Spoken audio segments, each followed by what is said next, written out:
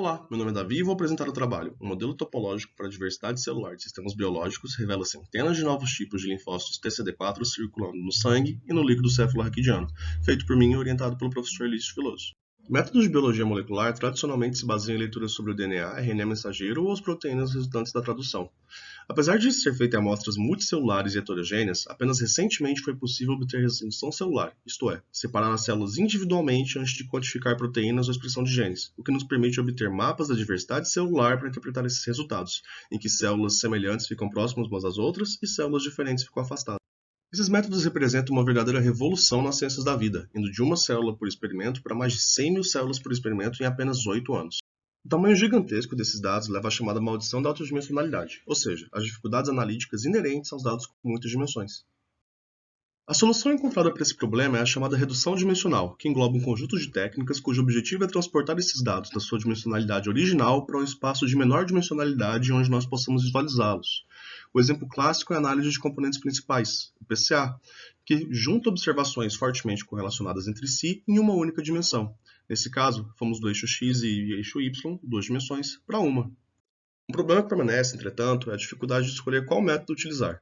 Dezenas de métodos já foram propostos e podem levar a resultados drasticamente diferentes, o que dificulta seu uso para obter conclusões biológicas ou clínicas.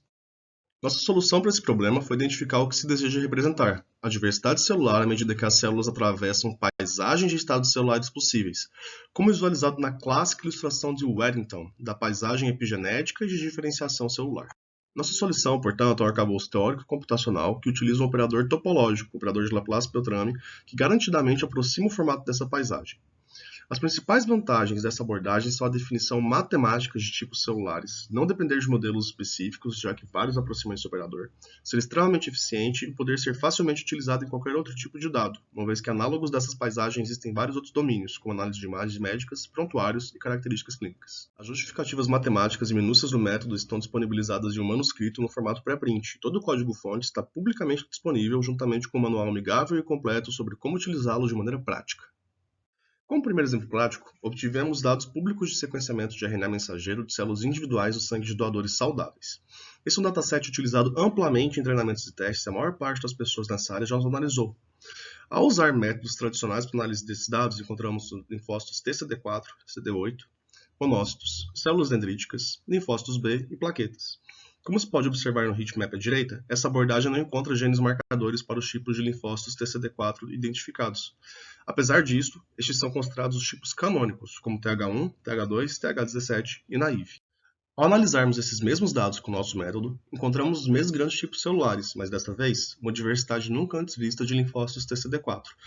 Nesses dados em específico, há 118 subtipos. Diferentemente das técnicas tradicionais, encontramos genes marcadores extremamente específicos para cada um deles. A maior parte desses são ainda genes órfãos, sem função conhecida. Isso desafia a existência dos tipos de TCD4 classicamente estabelecidos e também os métodos tradicionalmente usados para análise desse tipo de dado. Aqui podemos ver como os modelos desenvolvidos repreendem essa estrutura. Cada segundo representa uma etapa de treinamento dessa inteligência artificial. Para verificar se tal diversidade também está presente em humanos doentes, analisamos dados similares, mas dessa vez vindos de pacientes com dengue. Encontramos resultados praticamente idênticos aos observados em humanos saudáveis, mas com uma maior diversidade de TCD4. Nesse caso, 127 subtipos. Nesse dataset, os genes marcadores de TCD4 correspondiam a genes do receptor de célula T, sugerindo que esses subtipos representam estados clonais.